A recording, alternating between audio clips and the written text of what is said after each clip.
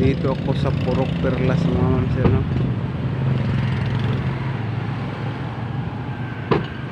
Kasi ano, ningaw dito mga ma'am sir kasi linggo ngayon.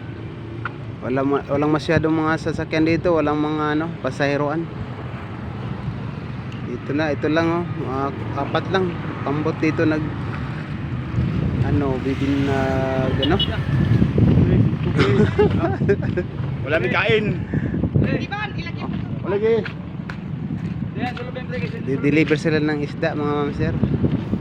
Dito sa Surigao, Purok Perlas.